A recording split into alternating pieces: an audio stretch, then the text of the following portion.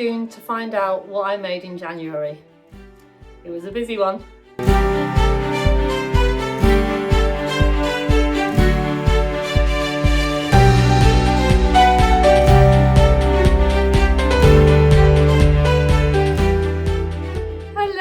Hello, my name's Sam and welcome to my channel, So Let's Sparkle with Sam, and I am in my sparkly studio this morning to give you a little January makes video. So I have got my planet-sized cup of tea and let's get started. I made a lot in January. January was a very busy month for making.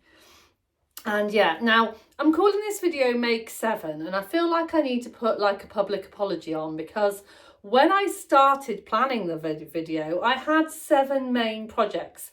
By the time I'd finished kind of figuring out all of the things I had actually made in January, it was more than that. It was, and I've actually made, I think it's probably 8 different projects and probably like 16 different actual items. But make 8 and possibly 16 didn't sound like a good way to start the video. So there you go, you were warned, folks. You know, it's fun here. So let's start with the first thing that I made in January. And I started making it in December. And actually they were finished in December, but they weren't actually completely done until January, and I hadn't shared them properly. So they're in January makes videos. So they are these, which are the Rose trousers made by Ray, and they are made in this absolutely beautiful green bamboo blend from Beyond the Pink Door. I'll just show you them in their actual kind of glory, but I've got much better photos to show you, and I shall pop them up here and you can see the full photos. So made by Ray, the Rose pants. I'd had this pattern in my arsenal, as it were, in my stash for quite a long time. I'd got it as part of the sewing club by the lovely Liz at the Flying Bobbins. So I had the full sew along with it, and I'd had it for a really long time, just not got round to making them up. But I knew that it was just about me finding the right fabric. So when Andrea, the lovely Andrea from Beyond the Pink Door, mentioned in one of our ambassador meetings that she had this fabric and made some lovely trousers with this fabric, and it was a perfect trouser weight, it really got my brain thinking and thought, no, I need to get some of that and make some of these trousers. So Rose is, excuse me reading because I have got my iPad in front of me. Rose is a high-waisted pants and shorts sewing pattern featuring slash pockets and a pleated or gathered front. I went for the pleated front. The front waist is flat and the back is elasticated for comfort and style. Choose from 3 lengths, long, cropped or shorts. I think I went for the cropped, but on me they are long, if that makes sense, because I am 5'3", 5'4" on a good day, and that's what I went for. I can't tell you how lovely these are to wear. They're so gorgeous. I love the fact that they've got a flat front, because I do like that look on the trousers, but I also love the fact that they're elasticated at the back, because it just makes them really comfortable for everyday wear. I don't go into the office. I'm kind of just in my studio or in the house. I mean, I do go out from time to time, but even when I go out, I like to be comfortable. But these really feel put together trousers. So they come in quite a good size range. They come from extra small to 5XL, which, if I just have a little look in here, is a waist of 26.5 inches up to a waist of 52 inches. So that's a fairly good size range. And I went for, which size did I go for? I went for the size medium, which is a waist of 32, mine's 31, 32, and a hip of 40, and I've got kind of 39-40 inch, so pretty much on. I did end up taking them in ever so slightly, so I think maybe I'd fit into a small, but I'm very happy with the medium because they're just very comfortable. But I think if I was making them again, I may size down. Let me just bring them up and show you some of the gorgeousy bits about them. So one of the things that I really love is these slanted pockets. They're really nice and deep. You can get plenty in them, but when you've got stuff in them, you don't really see it, which is nice. And then these gorgeous little pleats at the front.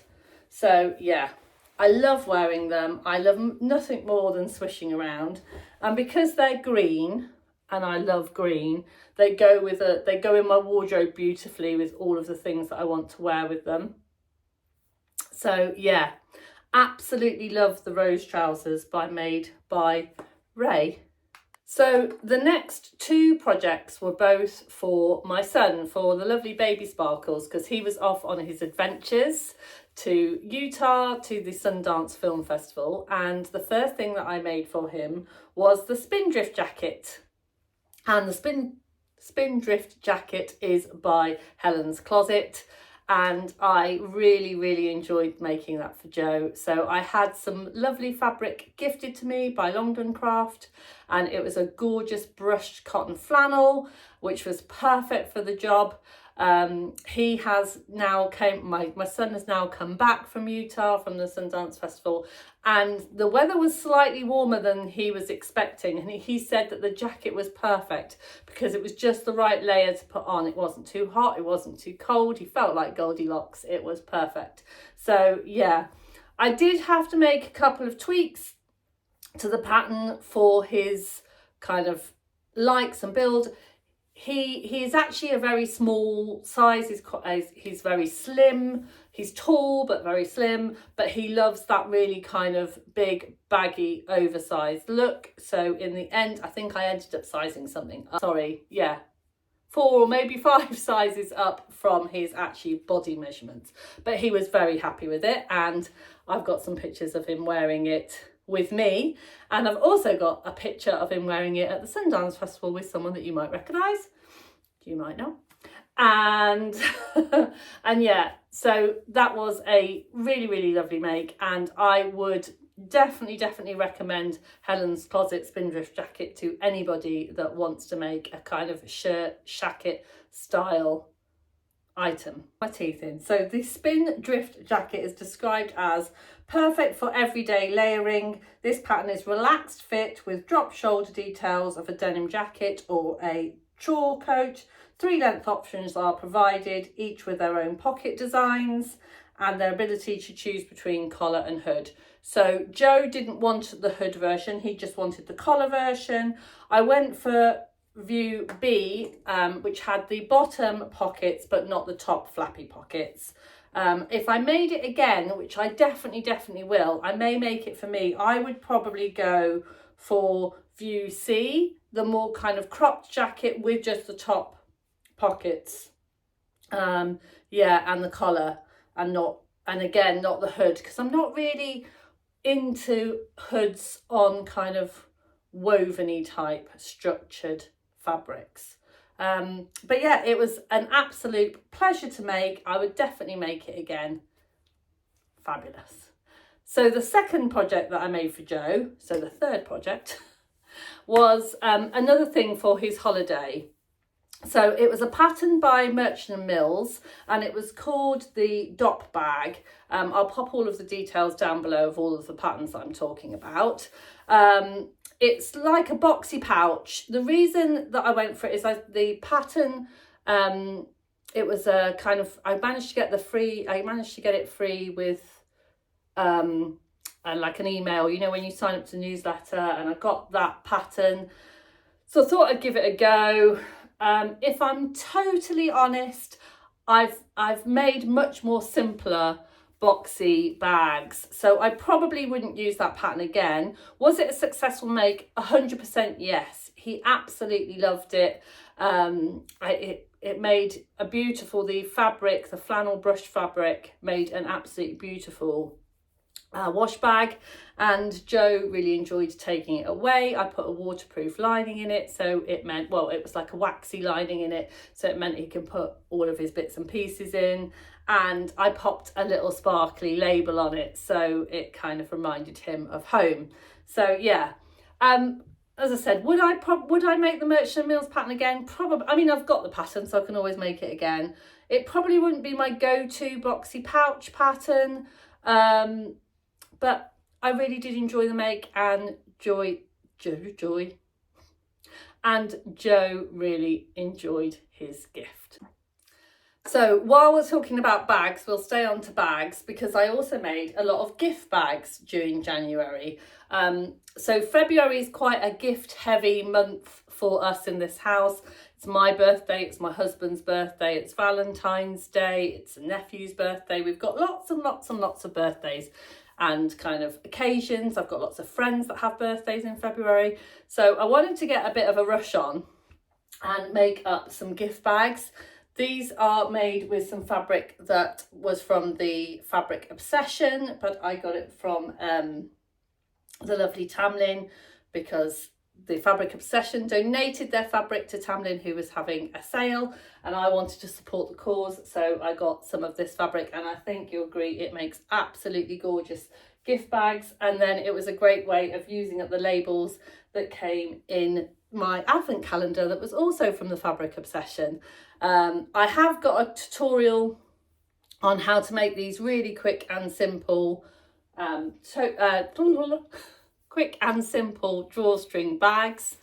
I cannot get my teeth in today. I don't know what's going on. Something's going on. Very quick and simple drawstring bags. It's currently on my sparkly subscribers, so if you are a super sparkler, if you subscribe to my website and you subscribe to my social sparkle sessions, then you can find the link for it on there. In the next month or so I will pop it on as free for all, so keep your eyes out for that. But it is a great easy kind of drawstring. There's lots of drawstring bags of tutorials around. I just like doing it this way. It's got French seams, so all of the seams, it's not lined, all of the seams are hidden inside. It's all nice and tidy, and there's no loose edges where the drawstring comes through. So yeah, I even made one of the little gift bags for Joe to take away to Sundance as well. So I used the pattern for the drawstring bag, and I appliqued some little letters on that said Joe, so that he could stash his British English PG Tips tea bags inside and take them away. And I have got a little picture of it here. Yeah, it was just that little bit of home that he needed to take away, and yeah, and a lovely little quick gift to send him off on his travels. So my next make is actually 3 makes, and this is probably one of my favourite kind of makes of January, because they have been worn on repeat. Absolutely fantastic. So those of you may know that I am on the vlogging team for the lovely Sarah at the Weekend Sewing Club, and I also do a sew along once a month at the end of the month for her pattern that's coming up for each month. So January was the sofa pants.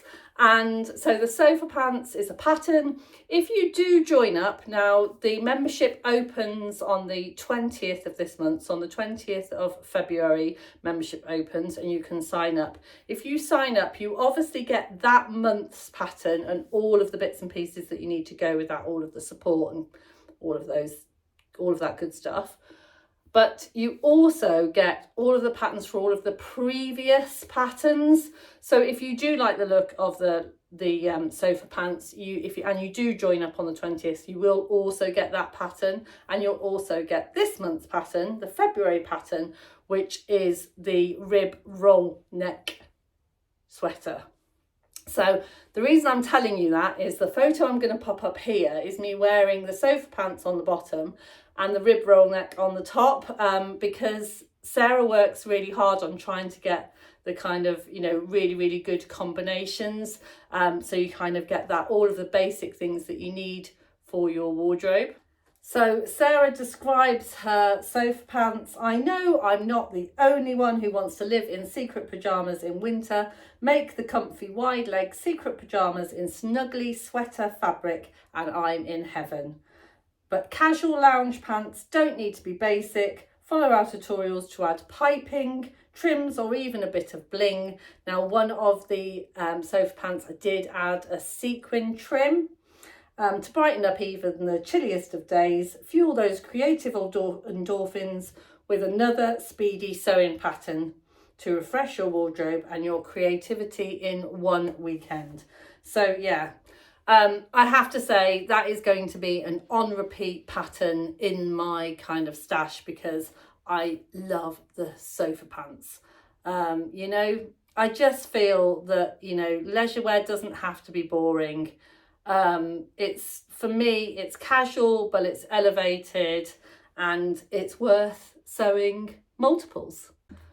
So the next project was again 2 projects. So this for January, it was the Finish That Whip challenge run by the lovely One Lisa show, and I ran a little session online to finish that whips, and I was so grateful for her for that because it really did motivate me in January. I think that's why I got so many things sewn up, and I managed to finish 2 cushions.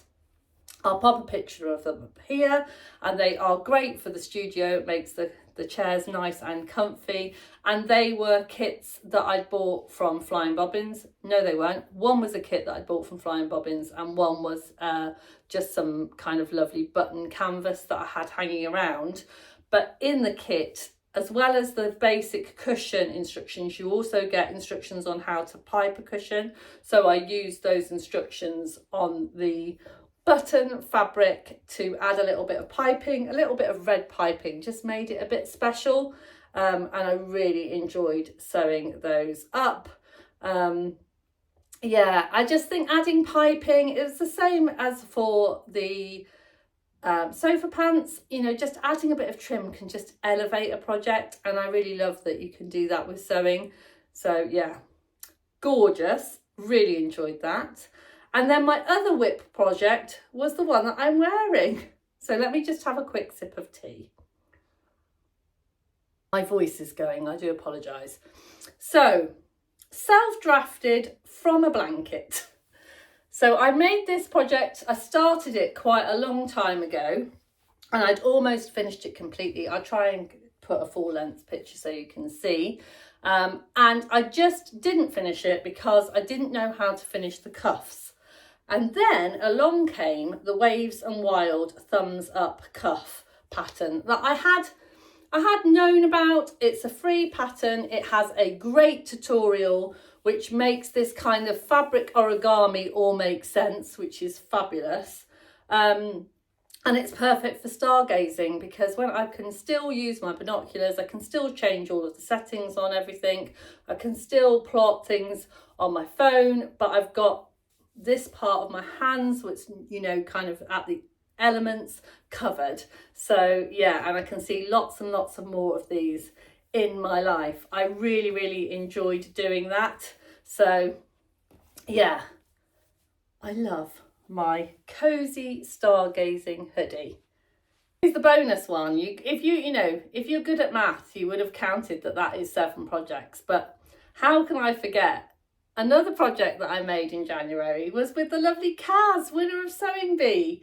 So Kaz very kindly came and sewed with me here in the Sparkly studio, and we made pants and it was fabulous. So we used the free pattern from Megan. No, we didn't. We used the free pattern from Paper Theory, which was the Stevie pants, and we sewed up 2, so I sewed up 2 pairs of pants and Kaz sewed up 2 pairs of pants, and they were the same. We used the same fabric, and then as soon as Kaz went home, I had a big kind of jersey scrap pile, so I cut out a load more and finished those as well. So January was totally pants, but in the funnest way. So yeah, I have to say, I'm sewing up a lot of pants and I'm using a lot of pants patterns. I think still my absolute up there top favourite is the Waves and Wild Wonder Undies, but the Stevie pants and the Acacia Knickers by Megan Nielsen definitely are a close second.